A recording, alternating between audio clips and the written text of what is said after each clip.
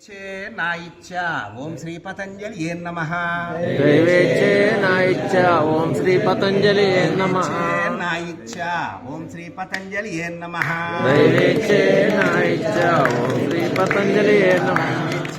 నా ఇచ్చా ఓం శ్రీ పతంజలి నమః.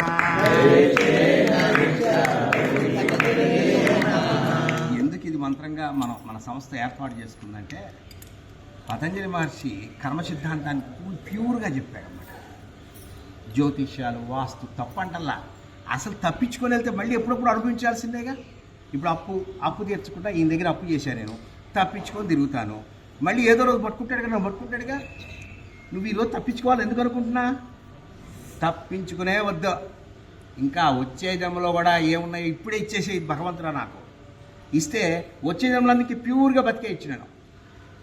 కొన్ని జన్మలా ఎత్తక తప్పదు, మోక్షం ఎకాయకి రాదు కదా, ప్యూర్ అవ్వాలి కదా మనం.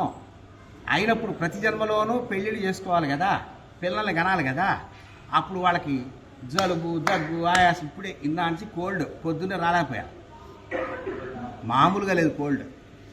ఇవన్నీ ఇప్పుడు ఈ మందులే వాడాను, తగ్గిపోయింది అనుకుంటున్నాను. మళ్ళీ వచ్చే సీజన్ రాదా? వచ్చే సీజన్లో జ్వరాలు రావన్నోడు చేయి పైకి ఎత్తండి. మీకు ఎన్నాళ్ళు బతుకుంటామో ఆనాళ్ళు రోగాలు పడాల్సిందే. కాబట్టి ఈ లెక్కన ఎన్ని జన్మలు ఎత్తబోతున్నామో అన్ని జన్మలు కష్టాలు పడాల్సిందే. కాబట్టి కష్టం చూసి భయపడతావేంటి? నాకు అర్థం కాదు.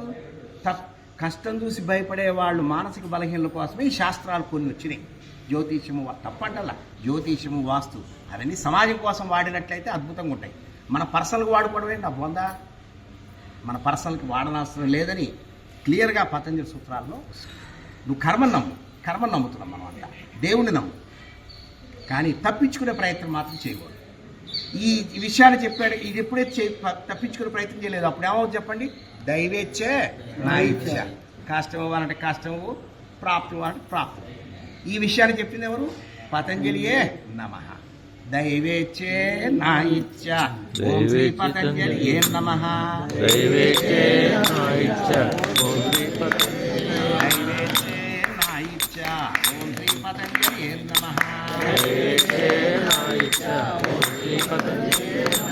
ఇప్పుడు మరి మనం దత్తాత్రేయ జయంతి రోజున వీళ్ళకి ఈ సహాయం చేసే అవకాశం రావటం భగవంతుడు మనకి ఇచ్చినటువంటి, మన మీద పూల జల్లు లాంటిది. ఇప్పుడు తిరుమల తిరుపతికి దర్శనానికి